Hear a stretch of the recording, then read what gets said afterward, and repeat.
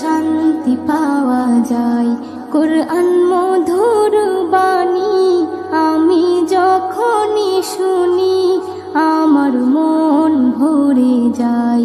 কোরআন মধুর বাণী